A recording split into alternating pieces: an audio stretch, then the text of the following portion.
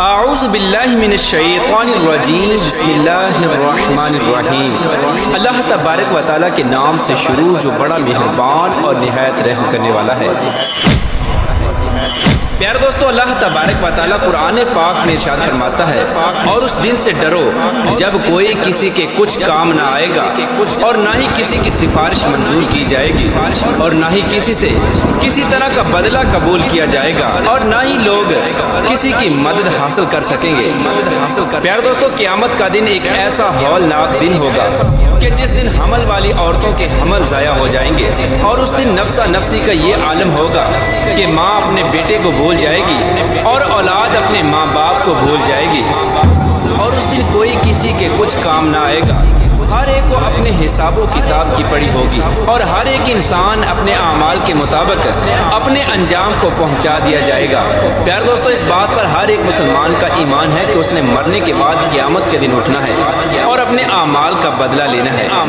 لیکن آج کی اس ویڈیو میں ہم آپ کو بتائیں گے کہ مرنے کے بعد بچوں کا حساب و کتاب کیسے ہوگا، اور کیا بچوں سے قبر کے اندر سوال و جواب کیے جائیں گے یا نہیں، اور کیا مرنے کے بعد بچوں کو بھی ان کی قبروں میں عذاب ہوگا یا نہیں، اور اس کے ساتھ ساتھ آپ کو یہ بھی بتائیں گے کہ مرنے کے بعد کافروں اور مشرکوں کے بچوں کے ساتھ کیا سلوک کیا جاتا ہے، اور کیا کافروں اور مشرکوں کے بچے مرنے کے بعد جنت میں جائیں گے یا نہیں، اور اگر کوئی معصوم بچہ کفر کر دے تو کس عمر میں اس بچے کے کفر کا اعتبار کیا جائے گا۔ پیارے دوستو، ان تمام تر سوالات کے جوابات قرآن و حدیث کی روشنی میں آج کی اس ویڈیو میں ہم آپ کو بتائیں گے، لہٰذا آپ سے گزارش ہے کہ ہماری اس ویڈیو کو اینڈ تک ضرور دیکھیے گا۔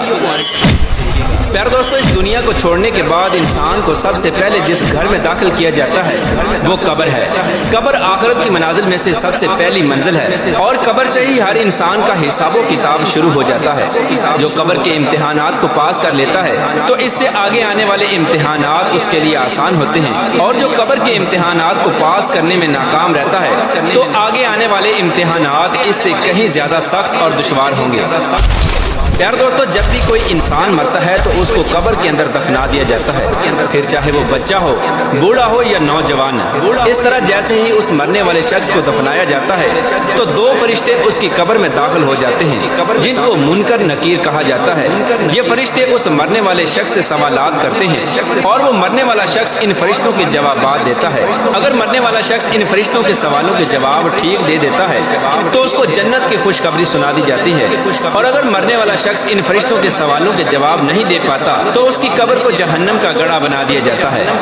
جیسا کہ حضور پاک صلی اللہ تعالی علیہ وآلہ وسلم نے ارشاد فرمایا کہ قبر یا تو جنت کے باغوں میں سے ایک باغ ہے یا جہنم کے گڑھوں میں سے ایک گڑھا، اور قبر آخرت کی منازل میں سے سب سے پہلی منزل ہے۔ جس نے اس کو آسانی سے پار کر لیا تو آگے کا معاملہ اس سے آسان ہے، اور جو اس منزل کو پار نہ کر سکا تو آگے کا معاملہ اس سے کہیں زیادہ دشوار ہے۔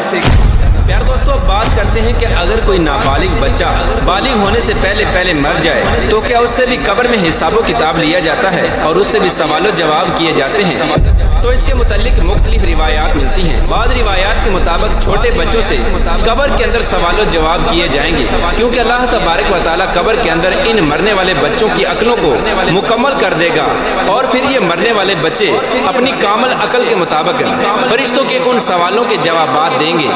اور دوسری روایت کے مطابق بچوں سے قبر میں کوئی حساب و کتاب نہیں لیا جائے گا، کیونکہ بچے معصوم ہوتے ہیں اور وہ غیر مکلف ہوتے ہیں، لہٰذا اسی وجہ سے بچوں سے قبر میں کوئی سوال و جواب نہیں کیا جائے گا۔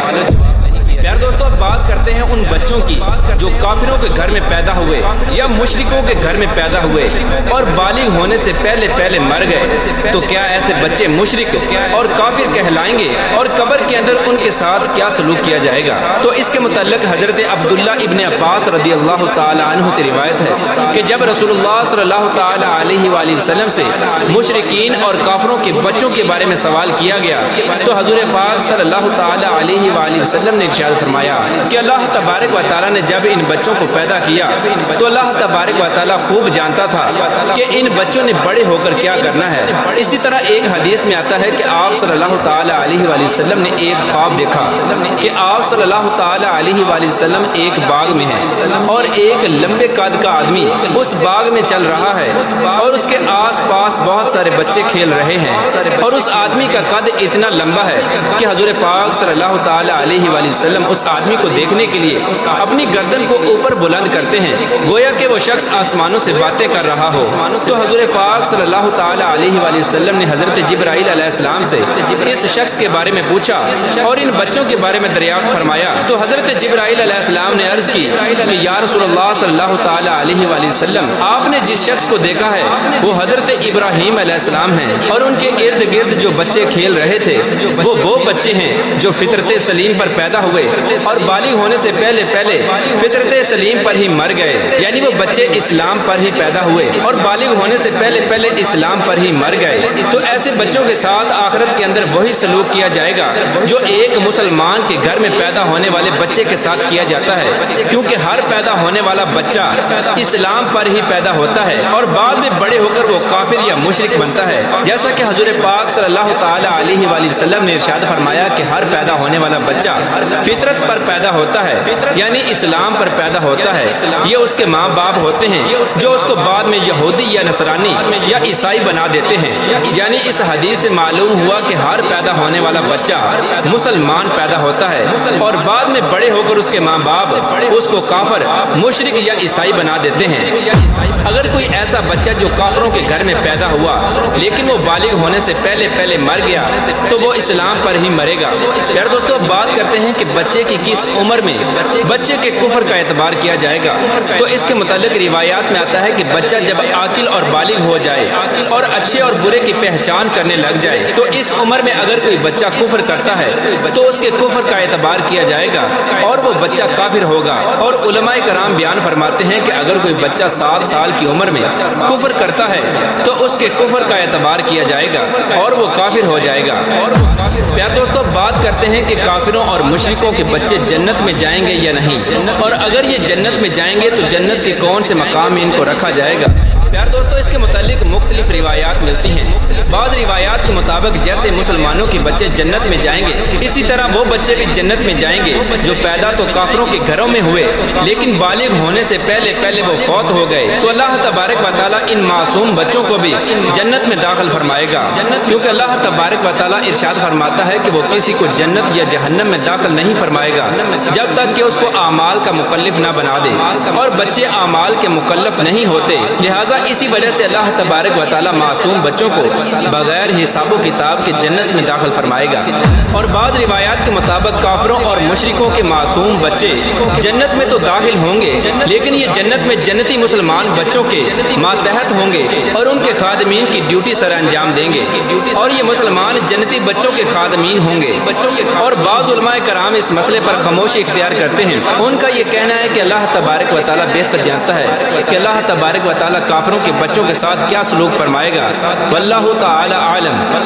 پیار دوستو، ان تمام تر روایات میں سے سب سے صحیح روایت یہ ہے کہ جو بھی بچہ بالغ ہونے سے پہلے فوت ہو جاتا ہے تو اللہ تبارک و تعالیٰ ان کو بغیر حساب و کتاب کے جنت میں جگہ عطا فرماتا ہے، اور بالغ ہونے سے پہلے مرنے والے تمام بچے حضرت ابراہیم علیہ السلام کی کفالت میں ہوتے ہیں اور ان کو حضرت ابراہیم علیہ السلام کے پاس رکھا جاتا ہے، پھر چاہے وہ مسلمانوں کے بچے ہوں یا کافروں کے بچے۔ اللہ تبارک و تعالیٰ سے دعا ہے کہ اللہ تبارک و تعالیٰ ہمیں نیک اعمال کرنے کی توفیق عطا فرمائے اور ان تمام تر برائیوں سے ہمیں بچائے جن برائیوں کی وجہ سے پہلی قومیں ہلاک ہوئیں اور اللہ تبارک و تعالیٰ کے دردناک عذابات کی مستحق قرار پائیں۔